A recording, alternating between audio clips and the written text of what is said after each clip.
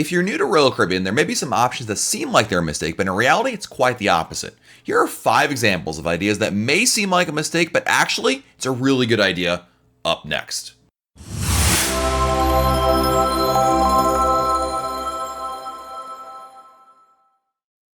Hey everybody, it's Matt from RoyalCaribbeanBlog.com, and I wanted to talk about some Royal Caribbean cruise ideas and options that a lot of people think may be a mistake, but I think they're really the right thing to do.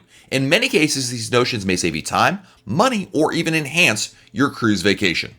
The first mistake that's not really a mistake is cruising during hurricane season. The phrase hurricane season seems to inflict the kind of fear into cruisers that makes it seem as though if you book any Royal Caribbean cruise between June 1st and November 30th, you're asking for ocean conditions that rival that of a bathtub filled with an angry toddler. The reality is, cruising during hurricane season is not nearly as dangerous or bad an experience as you may think. Yes, there is a chance that a hurricane may form and be directly in the path of where your cruise ship is scheduled to be. But if that were to occur, Royal Caribbean will reschedule the ship to steer well clear of the path of the storm. In fact, Royal Caribbean has its own dedicated meteorologist who plans around storms and works to ensure the guests, crew, and the ship are out of harm's way. Moreover, cruising during hurricane season can save you a lot of money. If you book a cruise in September or October, you'll often find some of the best deals of the year on a Royal Caribbean cruise because this is a time of year that many others cannot cruise to and oftentimes avoid. The next mistake some people make is not using a porter at the port. Of course, you can handle your own luggage, but why should you? You're on vacation, and lugging around luggage is the last thing you need to be bothered with doing. The port you start and end your cruise with will have porters standing by to assist you with your luggage. Their services are free to use, but a tip is expected. For just a few dollars, you can avoid the hassle of grabbing your own luggage, and carrying your own luggage should be not a feat of strength, so spending a few dollars to let someone else do it makes it so much easier on yourself. But there's also another really good reason to use porters. The best time to take advantage of porters is on disembarkation day. Not only are you tired from waking up early and depressed you have to leave the ship, but there's another good reason to use the porters. In many ports, there is a special line at customs for porters especially, which means you'll get through customs lines a whole lot quicker. One of my favorite mistakes, it's not really a mistake, is arriving to the cruise terminal time before your boarding time. You checked in for your Royal Caribbean cruise and you notice on your set sail pass a boarding time listed. Believe it or not, that's just a suggestion, not a requirement.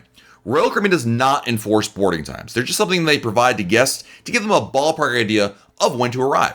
While there's nothing wrong with adhering to the boarding time you're given, you should absolutely feel free to arrive earlier than the posted time, so that way you can get on board sooner. In fact, I think getting to the ship as early as possible is to your advantage to help beat the crowds and start your vacation a little bit sooner. Quite often, the cruise terminal opens many hours before your boarding time states, and boarding the ship will commence shortly thereafter. In fact, boarding process is largely predicated on a first come, first boarded process. So the earlier you check in, the earlier you get to start your vacation. Our next mistake is definitely something that I have to remind first-time cruisers all the time of, and that is ordering more than one entree. When you dine at a Royal Caribbean restaurant, like the main dining room, you can order multiple entrees. In fact, it's encouraged. Now, when you dine at a restaurant on land, ordering multiple entrees is not only expensive, but seems gluttonous and unnecessary. But on Royal Caribbean, ordering multiple entrees is actually a great idea. The portion sizes in the main dining room are often smaller than you may think, and all the food in the main dining room is included in your cruise fare. You can order as many appetizers or desserts as well. Another advantage of ordering multiple entrees is this is a great opportunity to try new food. Since there's no financial risk, give that escargot a try.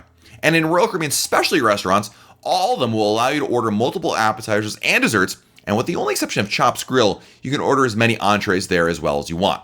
And our last mistake that's not really a mistake is booking a shore excursion only or never with Royal Caribbean. No matter where your Royal Caribbean cruise takes you, it is a mistake to completely disregard or only consider a shore excursion bought through Royal Caribbean. In my experience, it's best to consider all shore excursion options and not limit yourself to just Royal Caribbean excursions or just third-party excursions. When researching each port you'll be visiting, never assume going in on your own or through Royal Caribbean is an absolute must or mistake, so definitely look at both options. So there you have it, my top 5 mistakes that aren't really mistakes. Is there a commonly held thought you have when it comes to planning a Royal Caribbean cruise that you think is not a mistake? Have you encountered one of these situations yourself? Please let us know in the comments below, and be sure to like this video and subscribe to the channel so that way you get to check out our other videos as well. Thanks so much. This is Matt from RoyalCaribbeanBlog.com, and we'll talk again real soon.